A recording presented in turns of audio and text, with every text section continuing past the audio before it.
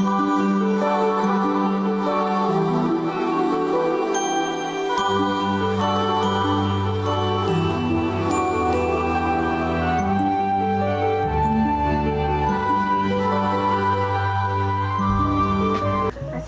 warahmatullahi wabarakatuh. Perkenalkan, nama saya Aliska Aulia Alhaq dengan NIM 1119 dari kelas PS25E.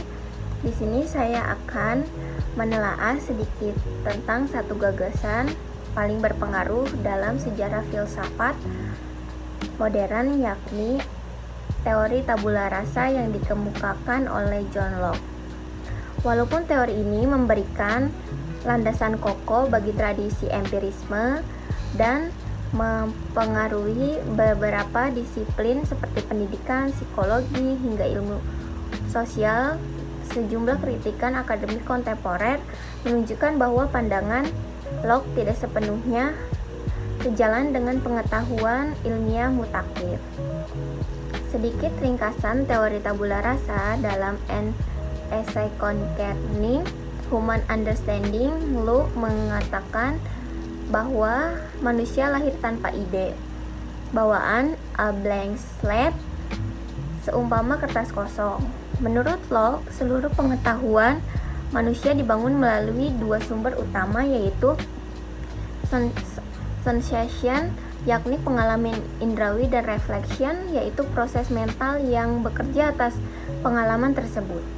Dari dua mekanisme inilah struktur pengetahuan manusia terbentuk. Pada masa Locke, gagasan ini revolusioner karena menentang pandangan rasionalis yang menekankan keberadaan ide-ide bawaan.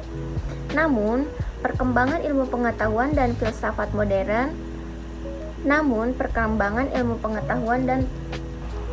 kognitif modern menghadirkan sejumlah keberatan yang melemahkan klaim utama teori ini. Neuroscience modern menolak konsep kosong sepenuhnya. Riset neuroscience menunjukkan bahwa manusia tidak pernah benar-benar kosong saat lahir. Berbagai kapasitas telah teridentifikasi, diantaranya kemampuan awal mengenali pola wajah, sensitivitas terhadap ritme dan pola bahasa, kapasitas mempersepsi kuantitas sederhana, serta preferensi sosial fundamental. Temuan-temuan ini menguatkan model prepared mind, yakni pikiran memiliki struktur awal untuk memproses pengalaman.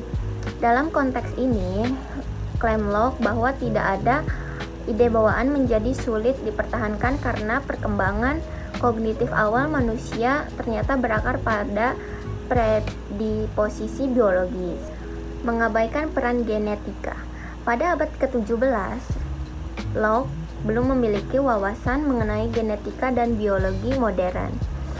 Kini kita tahu bahwa faktor genetika berperan krusial dan membentuk temperamen awal, kapasitas kognitif, kecenderungan sosial, hingga kerentanan terhadap gangguan psikologis tertentu. Tadi pada kembar identik yang dibesarkan secara terpisah, secara konsisten menunjukkan kontribusi signifikan faktor genetik terhadap kepribadian dan pola perilaku. Oleh karena itu, teori tabula rasa kerap dinilai reduksionis karena menghilangkan peran determinan biologis yang tidak dapat diabaikan dalam pembentukan individu. Locke meremehkan struktur kognitif bawaan. Psikologi kognitif modern menolak gagasan bahwa manusia adalah penerima pasif dari pengalaman. Teori perkembangan kognitif pasif dan pendekatan nativis seperti yang dikemukakan oleh Chomsky sama-sama menunjukkan adanya mekanisme bawaan untuk memproses informasi, misalnya language acquisition device, skema perkembangan kognitif, serta struktur logis dasar yang memandu penalaran. Dengan demikian, pengalaman memang berperan, tetapi bukan satu-satunya sumber pembentuk pengetahuan. Manusia justru aktif mengolah, menafsirkan, dan menstruktur pengalaman melalui mekanisme mental yang telah ada sejak awal kehidupan. Implikasi pendidikan yang terlalu sederhana. Teori Locke seringkali dijadikan dasar bahwa individu dapat dibentuk sepenuhnya melalui rekayasa lingkungan pendidikan.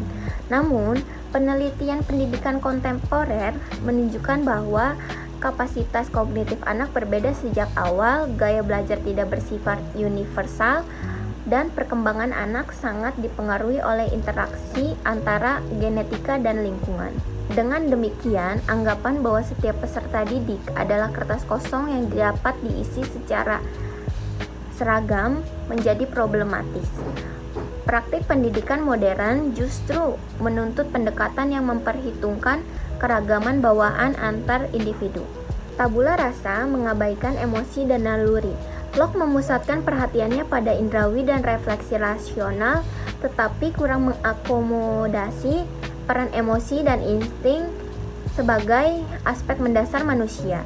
Psikologi perkembangan menunjukkan bahwa reaksi emosional dasar seperti ketakutan, keterkejutan, atau kebutuhan akan kelekatan muncul bahkan sebelum anak mengalami rangkaian pengalaman kompleks. Hal ini mengindikasikan bahwa manusia memiliki arsitektur emosional bawaan yang tak dapat dijelaskan dalam kerangka tabula rasa.